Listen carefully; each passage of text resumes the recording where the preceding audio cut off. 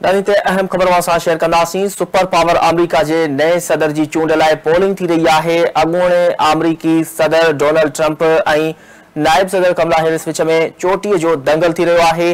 चूंडन में 24 करोड़ का वधिक वोटर पांजे वोट जो हक इस्तेमाल कंदा। 7 करोड़ का वधिक मानू पांजो वोट कास्ट करे चुका हैं, जडें त कैरोलिना में वोटिंग की शरह 55% करार दी वही है।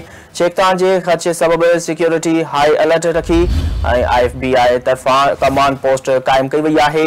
ये अहम खबर है जो शेयर कर रहे आहियूं। सुपर पावर अमरीका के नए सदर की चूंड लाइ पोलिंग थी रही है। अॻूणे अमरीकी सदर डोनाल्ड ट्रंप और नायब सदर कमला हैरिस विच में चोटी जो दंगल थी रहो है। चूंडन में 24 करोड़ का वधिक वोटर पांजे वोट जो हक इस्तेमाल कंदा। 7 करोड़ का वधिक मानू पांजो वोट कास्ट करे चुका हैं, जडें त कैरोलिना में वोटिंग की शरह 55% करार दी वही है। छिकतान के खदशे सबब सिक्योरिटी हाई अलर्ट रखी वही है। FBI तरफा कमांड पोस्ट कायम कई वही है। इन सूरत हाल ते ॻाल्हाईंदासीं। असांखे टेलीफोन ते जॉइन कियो आहे सीनियर तजनिगार एंकर पर्सन और डायरेक्टर न्यूज़ सन TV न्यूज़ शकील सुमरो साहब। अस्सलाम वालेकुम शकील सुमरो साहब। वालेकुम सलाम शकील सुमरो साहब, यकीनन अवां समझी विया हूंदो त इन वक्त जो अमरीका में जी गर्मा गर्मी है सियासी हवाले से इन वक्त उते इलेक्शन थी रही है। इन वक्त कीअं था ॾिसो कंहिंजो पलड़ो भारी है, छा कमला हैरिस या डोनाल्ड ट्रंप? जी बिल्कुल कुछ कलाकन खां पोई जेको अमेरिका में जेको है वो इलेक्शन कैंपेन जेका है वो खत्म थी चुको है। 2 उम्मीदवार आहिनि सदारती चूंडुनि में। डेमोक्रेटिक पार्टी तरफा कमला हैरिस जेका है वह उम्मीदवार है। रिपब्लिकन पार्टी तरफा डोनाल्ड ट्रंप जो पहले भी अमेरिका जो प्रेसिडेंट रही चुको है। कमला हैरिस जेका है अमेरिका की नायब सदर है। बई पार्टियों जेके आहिनि उनमें तमाम जेको क्लोज कॉन्टेस्ट है। तजिए निगारन जो चवण है त 7 जेके स्विंग स्टेट्स आहिनि उहे जेके आहिनि फैसला कुन जेको किरदार अदा कंदियूं। उन 7 स्विंग जेके स्टेट्स आहिनि उन्हनि में एरिज़ोना, जॉर्जिया, मिशिगन, नोएडा, शुमाली कैरोलिना, पेंसिल्वेनिया, विस्कोन्सिन शामिल आहिनि ऐं उन्हनि खे स्विंग स्टेट्स चयो वेंदो आहे। ऐं स्विंग स्टेट्स जेके आहिनि उते मुक़ाबलो आहे। ॾिसजे त कमला हैरिस खे वधीक वोट मिलनि था या डोनाल्ड ट्रंप खे वधीक वोट मिलनि था। मजमूई तौर ते ही अमेरिका जे जेके प्रेसिडेंशियल इलेक्शन आहे उनमें डायरेक्ट वोट न हूंदो आहे बल्कि इलेक्टोरल कॉलेज हूंदो आहे ऐं इलेक्टोरल कॉलेज जे अंदरि मुख़्तलिफ़ जेके स्टेट्स आहिनि उन्हनि जा अलॻि अलॻि जेके आहिनि उहे वोट हूंदा आहिनि। जीअं मिशिगन मिसाल तौर रियासत आहे उन जा 15 इलेक्टोरल कॉलेज में जेके आहिनि उहे वोट आहिनि ऐं इलेक्टोरल कॉलेज जे अंदरि 538 इलेक्टोरल कॉलेज जा वोट आहिनि।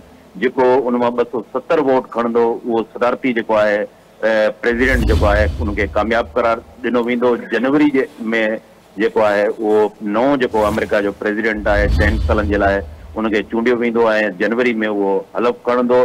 टोटल जेके हिन वक़्तु आहिनि वोटर जेके आहिनि उहो 19 करोड़ जेके आहिनि रजिस्टर्ड वोट जेके आहिनि पंहिंजो वोट कास्ट कंदा, जंहिंमां 7 करोड़ जेके आहिनि उहे वोटर जेके आहिनि पहिरें ई जेके आहिनि वोट जेके आहिनि उहे कास्ट करे चुका आहिनि। ऐं मुख़्तलिफ़ जेके इलेक्शन में जेके लास्ट कैंपेन हुई उन कैंपेन जे अंदरि जेको डोनाल्ड ट्रंप आहे उन कमला हैरिस जे लाइ चयो इलेक्शन में त कमला हैरिस जेका आहे उहा खाबी धुर जी जेका आहे उहा अहमक उम्मीदवार आहे। ऐं उनखां सवाइ कमला हैरिस लास्ट जेको कैंपेन में चयो त हू अमेरिका जी जेका इलेक्शन आहे उनमें प्रेसिडेंट चूंडिजी वेंदी। ऐं हिन वक़्तु जेके कमला हैरिस जे लाइ तजिए निगारनि जो चवणु आहे त उतां जो जेके औरत वोटर्स आहिनि उन्हनि औरत वोटर्स खे उनजी हिमायत हासिल आहे। जॾहिं त रिपब्लिकन जो जेको उम्मीदवार आहे डोनाल्ड ट्रंप उहो इलीगल जेके इमिग्रेशन आहिनि ख़ासि तौर ते अमेरिका जे अंदरि हिन वक़्तु 3-4 जेके अहम मसइला आहिनि उनमें सभ खां वॾो जेको मसइलो आहे उहो इन्फ्लेशन यानी महांगाई आहे।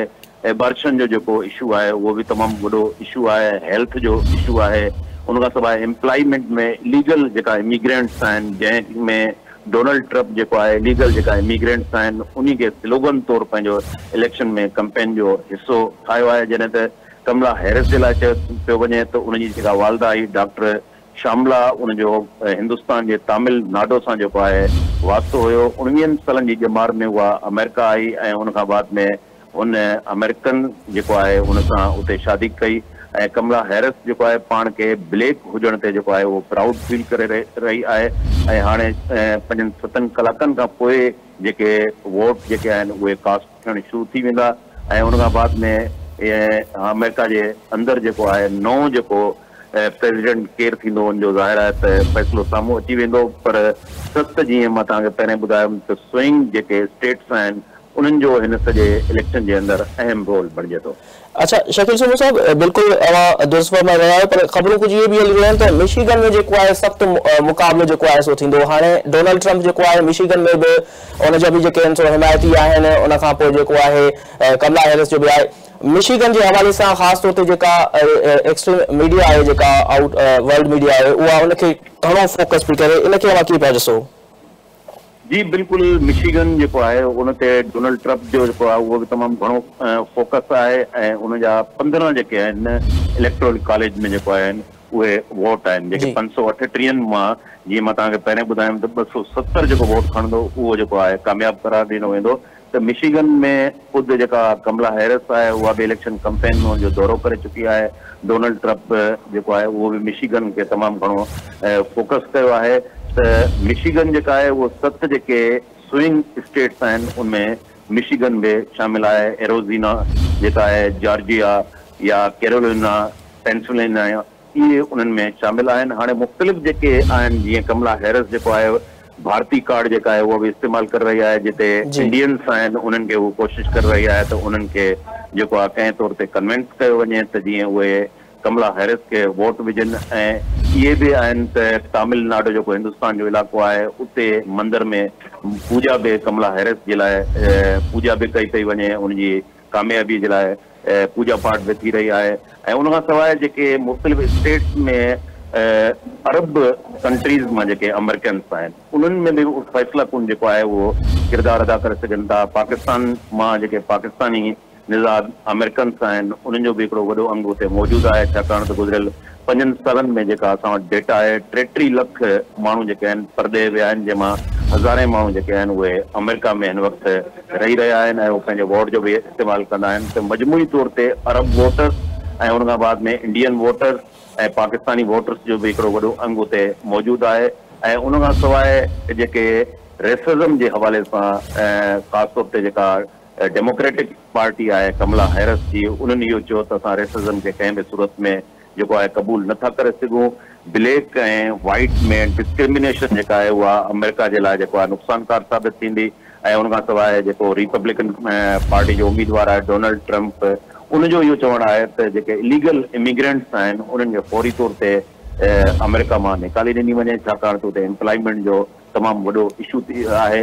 हाणे इलेक्शन कैंपेन जे अंदरि जीअं तव्हांखे मां ॿुधायो त रिपब्लिकन पार्टी जेका आहे इलीगल इमिग्रेंट्स जो इशू खणी साम्हूं आई आहे, जॾहिं त जेका कमला हैरिस आहे उहा ख़ासि तौर ते औरत जेके वोटर्स आहिनि उनखे तमामु घणो कन्विंस करे रही आहे ऐं उहा फोकस करे रही आहे त जीअं वधि में वधि औरतुनि जा वोट। शकील साहब इहो बि ॿुधाइजो त जेकी कैपिटल हिल जेको हमिलो थियो, यकीनन हुनजो इल्ज़ाम बि जेको आहे सो सदर डोनाल्ड ट्रम्प ते आहे, जेको अमरीकी सदर आहे, हाणे मौजूदा कैंडिडेट आहे सदर जे लाइ। त छा जेको अमरीका जो अवाम आहे उनखे एक्सेप्ट कंदो? इन ते तव्हां कमेंट कजो। हिन वक़्तु डोनाल्ड ट्रम्प जेको आहे उहो कैपिटल हिल जी तव्हां ॻाल्हि कई, 4 केस जेके आहिनि उहे हुनजा ट्रायल थी रहिया आहिनि, जंहिंमां हिकिड़े केस में त उहो कन्विक्टेड थी चुको आहे। पर सुप्रीम कोर्ट उतां जेका रूलिंग ॾिनी हुई त इलेक्शन थियण खां पोइ हुनजो फ़ैसिलो कयो वेंदो ऐं इलेक्शन में जेका आहे हुनखे इजाज़त ॾिनी वई डोनाल्ड ट्रम्प खे त उहो इलेक्शन कॉन्टेस्ट करे सघे थो। त 4 जेके अहम केस आहिनि उन्हनि खे हिन वक़्तु डोनाल्ड ट्रम्प जेको आहे उहो फेस करे रहियो आहे।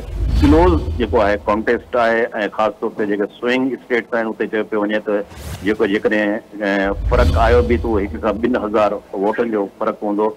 ऐं उन स्विंग स्टेट जे अंदरि जीअं तव्हां मिशिगन जी ॻाल्हि कई त उनजा 15 वोट आहिनि, अहिड़े तरीक़े सां ॿियूं जेके स्विंग स्टेट्स आहिनि उनमें फ़ैसिला कोन वोट जेको आहे साम्हूं अची सघे थो पियो। त कंहिंजे फेवर में फ़िलहाल इहो नथो चई सघिजे त कहिड़ो उम्मीदवार जेको आहे उहो वधीक जेको आहे उहो वोट खणण जी पोज़ीशन में आहे, छाकाणि त क्लोज़ कॉन्टेस्ट आहे डेमोक्रेटिक पार्टी ऐं रिपब्लिकन पार्टी में कमला हैरिस ऐं डोनाल्ड ट्रम्प में इलेक्शन कैंपेन ख़तम थी वई आहे। हाणे कुझु ई कलाकनि खां पोइ वोट कास्ट थींदा, उन खां बाद में ॻणप थींदी ऐं सॼी सूरत हाल साम्हूं अची वेंदी। ठीकु आहे शकील सूमो साहब, अवां असांखे वक़्तु ॾिनो, अवां जी वॾी महिरबानी।